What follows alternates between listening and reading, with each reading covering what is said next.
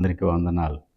ప్రభునందు ప్రియ సహోదరి సహోదరులారా, ఈ పూట దేవుని వాక్యం నుండి నిర్గమకాండము 14వ అధ్యాయము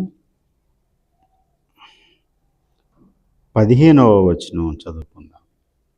నిర్గమకాండం 14:15. అంతలో యెహోవా మోషేతో, నీవేళ నాకు మొరపెట్టుచున్నావు, సాగిపోవుడి అని ఇశ్రాయేలీయులతో చెప్పుము. దేవుడి పరిశుద్ధ వాక్యమును మన వినికిడిలో ఆశీర్వదించునుగాక. ఆమేన్. ఏ సమస్య వచ్చినా మనం దేవునికి మొరపెట్టి సన్నిధిలో విజ్ఞాపన చేయడం అనేది చాలా ముఖ్యమైన కార్యం. ప్రార్థన ద్వారానే సమస్తము సాధ్యమవుతాయి. ప్రార్థన లేకుండా ఏ కార్యము జరగదు. ఇది ప్రతి క్రైస్తవుడు ఎరిగినటువంటి నగ్న సత్యం, వాస్తవం. ఇందులో ఏమాత్రం సందేహం లేదు. ప్రార్థన చేసి విజయం సాధించడం అనేది భక్తునికి ఘనత. దైవజనుడైన యోబు అంటాడు, ప్రార్థనలు చేసి దేవుని యొద్ద నుండి జవాబులు పొందినటువంటి అనుభవము కలిగిన వాడనైన నేను ఈరోజు వీళ్ళతో అనిపించుకోవాల్సి వచ్చింది, వీళ్ళకి గేలి చేయడానికి, హేళన చేయడానికి ఆస్పదంగా నన్ను చేసుకున్నారు అంటూ తన గతకాలపు ఆధ్యాత్మిక ఉన్నతానుభవం గురించి మాట్లాడతాడు. ఏంటా ఉన్నతానుభవం అంటే దేవునికి మొర్రపెట్టి దేవుని యొద్ద నుండి జవాబు పొందడం. నాకు మొర్ర పెట్టండి అని కూడా దేవుడు చెప్పాడు. విసుగక నిత్యము ప్రార్థన చేయండి అని కూడా లేఖనంలో రాయబడింది. ఆ దేవుడే ఇప్పుడు మోషేతో చెబుతున్నాడు, నీవేళ నాకు మొర్ర పెట్టుచున్నావు. ఇప్పుడు ప్రార్థన చేస్తుంటే దేవుడికి అర్థిస్తున్నాడు. పరిస్థితి ఎలా ఉందంటే, ఐగుప్తులో నుండి దేవుడు విడిపించాడు. ఐగుప్తులోంచి వాళ్ళు బయటకు వచ్చారు. వాళ్ళు వెళ్తున్నటువంటి మార్గము మరి ప్రయాణానికి అనువుగా లేదు. ముందు చూస్తే ఎర్ర సముద్రం ఉంది, వెనక తరుముతున్నటువంటి ఫరో సేనలు ఉన్నాయి. ముందు చూస్తే గొయ్యి, వెనక చూస్తే నుయ్యి అంటారు చూడండి, ఆ చందాన్ని ఉంది పరిస్థితి. తెగించి ముందుకు సాగలేరు, అలాగని వెనక్కి వెళ్ళలేరు, లేకపోతే అక్కడే స్టే చేయలేరు. ఏమీ చేయడానికి అవకాశం లేదు. ఏ విధమైనటువంటి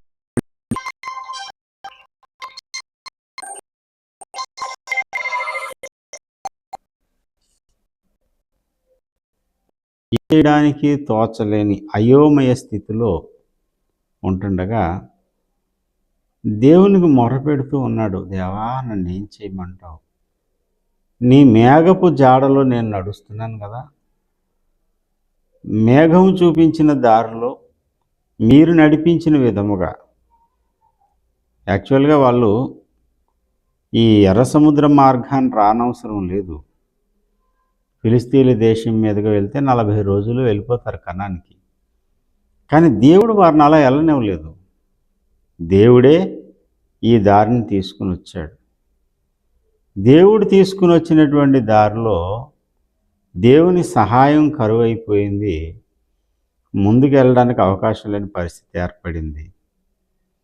ఇప్పుడు అయోమయ పరిస్థితుల్లో మొరపెడుతున్నాడు, ఏం చేయాలో అర్థం కాని స్థితిలో. దేవుడు అంటున్నాడు, నీవేళ నాకు మొర్ర పెట్టుచున్నావు, సాగిపోవుడి. ప్రార్థన చేసినంతే చేశాడు. ఇంక ప్రార్థన కాదు ఇప్పుడు చేయవలసింది, ముందుకు వెళ్ళడం కావాలి. కొన్ని సందర్భాల్లో గురి గమ్యం లేని పరిస్థితుల్లో, ఎటు వెళ్ళాలో తెలియని పాలుపడని పరిస్థితుల్లో, ముందుకు సాగలేనటువంటి ఆటంక స్థితిగతుల్లో ఏం చేయమంటావు ప్రభువా అని మనం అర్థిస్తూ ఉంటాం. కానీ ప్రభువా చెప్తాడు కదా, నువ్వు అలా ప్రార్థన చేస్తూ అక్కడే ఉండడం కాదు, నువ్వు అడుగు తీసి ముందుకు నడు. ఎటు నడాలి? ఆటంకాలు ఉన్నవైపే నడు. ఆటంకాలు ఉన్నాయి కదా అని చెప్పి వేరే దారిని నువ్వు వెళ్ళొద్దు. ఎటు ఆటంకం ఉందో, ఎటు సముద్రం ఉందో అటే నువ్వు సాగిపో. మరి ఏం చేస్తాడు ప్రభు? ఎర్ర సముద్రాన్ని 2 పాయలు చేశాడు. వారి మార్గానికి ఆటంకంగా ఉన్న నీళ్లను ఎండిపోజేశాడు. ఆరిన నేలలో దేవుడు ఇశ్రాయేలీలను నడిపించాడు. నా ప్రియమైన సహోదరుడా, నీ జీవితంలో ఎన్నో ఆటంకాలు ఉన్నాయి కదా, ముందుకు సాగలేని పరిస్థితులు ఎదురయ్యాయి కదా, ఆర్థికంగా నువ్వు నలిగిపోతున్నావు కదా, అక్కడే కూర్చొని ఏడుస్తూ కూర్చోవద్దు. లే, ముందుకు సాగడానికి ప్రయత్నం చేయి. ఎటువైపు సాగుతావు? ఎటు ఆటంకాలు ఉన్నాయి అటే నడు. నువ్వు అడుగు ముందుకు వేస్తూ ఉంటే నీ ఆటంకాలన్నీ దానంతట అదే వెనక్కి వెళ్ళిపోతాయి. దేవుడు అద్భుతం చేయబోతున్నాడు నీ జీవితంలో. ఆశ్చర్యకరమైన దైవ సహాయాన్ని నువ్వు అందుకుంటావు. ఇంకా మొరపెడుతూ అక్కడే కూర్చోవడం గాక, మోకాళ్ళుని ప్రార్థించిన నీవు లేచి నడుం కట్టుకుని ముందుకు సాగు. దేవుడు నీకు తోడుగా ఉండి ఆటంకాలన్నిటినీ తొలగించి అద్భుతమైన రీతిలో నీ జీవితంలో ప్రభు కార్యం చేయబోతున్నాడు. దేవుడు అటువంటి కృప సమృద్ధిగా నీకు అనుగ్రహించును గాక. ఆమేన్.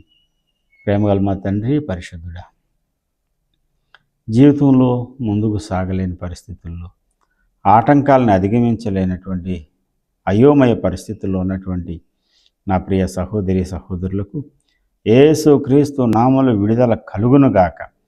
ప్రతి ఎర్ర సముద్రము నాయన ఆటంకాలు యేసు నామములో తొలగిపోనుగాక.